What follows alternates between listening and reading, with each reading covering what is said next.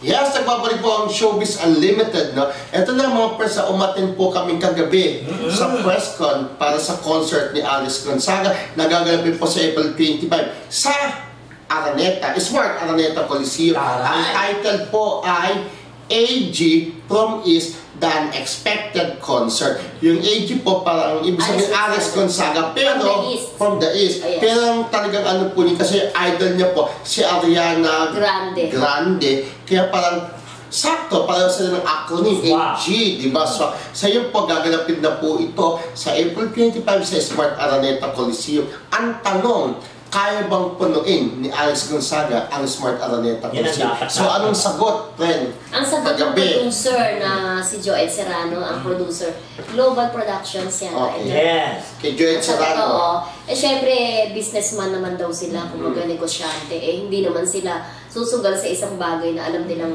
malulugi sila. Alam naman natin si Joel na nagbigay ng chance, katulad kay Vice Ganda, si Ate Gay. Ate Gay. Yung kay Vice kumita, yung kay Ate Gay, hindi masyado. Medyo soso lang kinita, no? Pero marami. Oo. Kasi binase ni...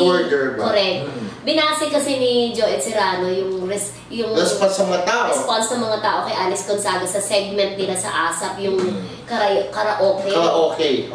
With Grace Manzano. Na nakita niya po pagka pinapalabas daw po yung segment kahit yung mga kasama daw po ni Alex Gonzaga sa ASAP, dahil silang Martin Ibelga, nanonood. Gusto ko lang sabihin, no? Gusto ko lang pong sabihin, yung segment na po yun, kaya po nanonood sila. That time, yung nandun na sila talaga sa stage. Joke! Yun Sabi kasi daw ni John, lumalabas daw silang dancing room just to watch Alex. Joke! I love Alex naman. Pero, baka naman nandun kasi si Joed, kuya, yun ang observation niya. Nandun. Pero yung sinabi ni John, lumalabas ng dancing room, at manonood si Alex, narinig mo, no? Pero yung nakakatuwa si Alex, talagang komedyante na siya, no? Sabi niya... At sabi kasi ni Joel Serrano, yung producer, minsan daw diba, nagpunta siya sa bank, yung parang open niya sa kanyang mga kaibigan. Na magkakaroon siya ng concert niya kay Alex. Maganda, positive response. Tapos yung isa daw, ready na siyang bumili ng ticket. Sabi nga, yun nga sabi po ni Joy na doon mo daw malalaman kung talagang papanoorin yung concert. Kasi binanggit pala niya na magkakaroon concert si Alex Gonzaga na siya ang producer nung bumalik na siya sa bangko, hinanapan na siya ng ticket. Correct. So ibig sabihin, interesadong panoorin si Alex. Pero yung iba daw, sinabi niya may concert siya, hindi nagtatanong. So ibig sabihin, so alam niya na maraming manonood. Amin naman natin kahit pa paano, medyo sumikat na rin si Alex. At ramdam niyang pagiging hot property ng Alex Gonzaga ng ABS-CBN. Kaya nga daw talagang birthday niya mismo, yun ang birthday wish niya. Pumunta siya ng 11 PM sa bahay sa Taytay para lang ligawan itong ang tatay, daddy ni Alex, para pumayag. And sobrang nagpapasalamat siya na talagang pumayag sila. Pero yung nga daw sabi daw, ang gusto niya sa mas malit na venue sana. Kaya naging persistent daw po itong si Joed na gawin sa Araneta Coliseum. Pero bilang nga ni Alex, kung hindi kumita, hindi naman akong producer, sinong malulugi siya, di ba? Pero kailangan be positive lang. Yung preparation naman medyo mahaba-haba pa. April 25. More than a month. Kikita. At sabi ko nga, nakakatulong ko ang mga guest niya, yung mga sikat. At narinig ko, nakarating na rin sa akin, pero isa pala sa magiging guest ni Alex kaibigan nila ni Tony. Si Vice Ganda. Si Vice Ganda at Daniel Padilla. Pero may Daniel na rin? Pero hindi pa ina-announce. Pero yung mga parang kagabi, sa press ko niya, si Mahasar. At kanyang ate Tony. Correct. Narinig na natin na may Vice Ganda at Daniel Padilla yan. And of course, alam naman po natin nag-guest Tito Alcho, ito idol mo rin ito. Na nag-guest si Vilma Santos dun sa karaoke. Karaoke segment, no? Nung anniversary last Sunday na I was there. Yes, you were there. Yes, I was there. Kwento mo.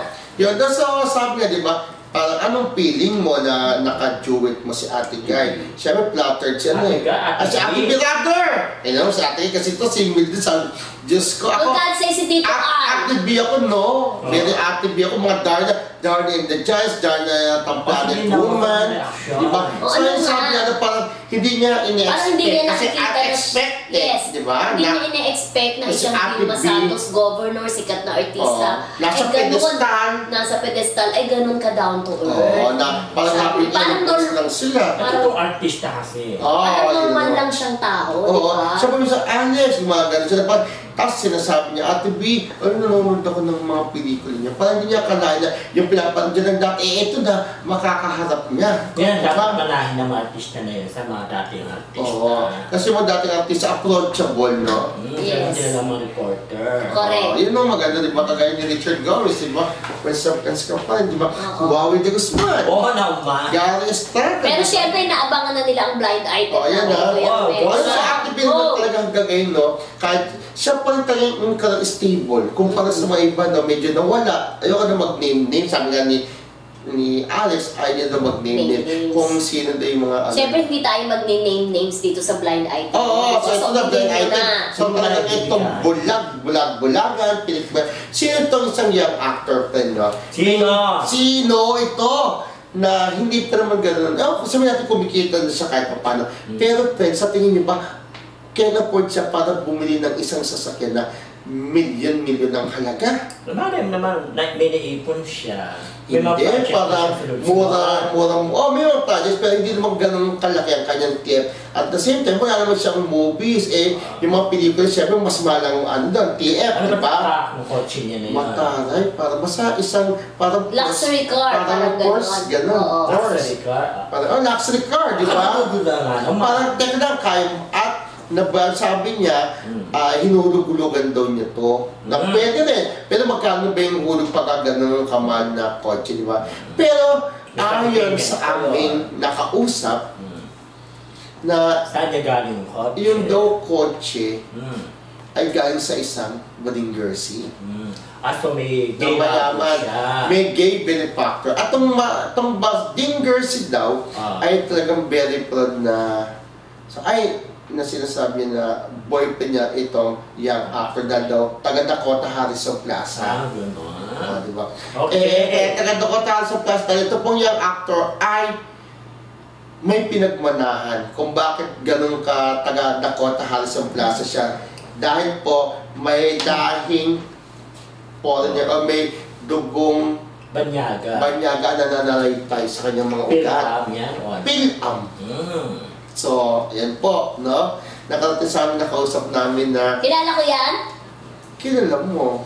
So, sino po itong young actor, ha? Na hindi pa din masyadong kumikita ng malaki. Dami pera na dahil can afford na magkaroon ng isang luxury car, no? Hindi naman bago yung mga ganyan ng mga batang actor, nagkakaroon ng mga mamahaling sakyan, bahay, pero siyempre, talagang hulya na po sila sa mga gay kasi na maiiyak. Okay. Ako nga, balik ko. During Das Entertainment Days na may mga kaibigan ako dun, mga members ng Das, inamin naman nila sa akin na yung kotse ay galing sa isang gano'n. Mo, ha? Sa iyo, ang bagay ko sa inyo, alam mo naman yung panahon na yun na basta mayroong gay benefactor na nagbigay sa kanila, di ba? Kaya naman kung ano yung kakaya kong bibigay ko.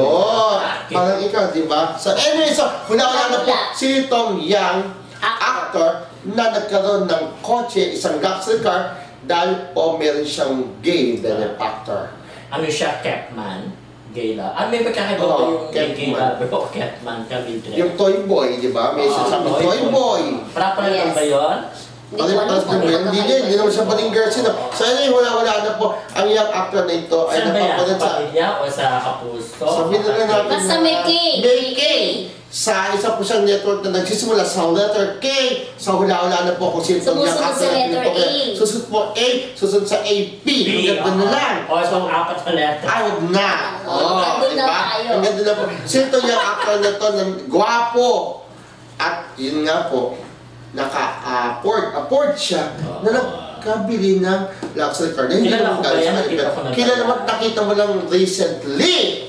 Ayan, oo. Nakita mo lang yung recently. Hula na sila, Kuya Boy. So, Kuya Romel, magbabalik pa rin po ang Showbiz Unlimited!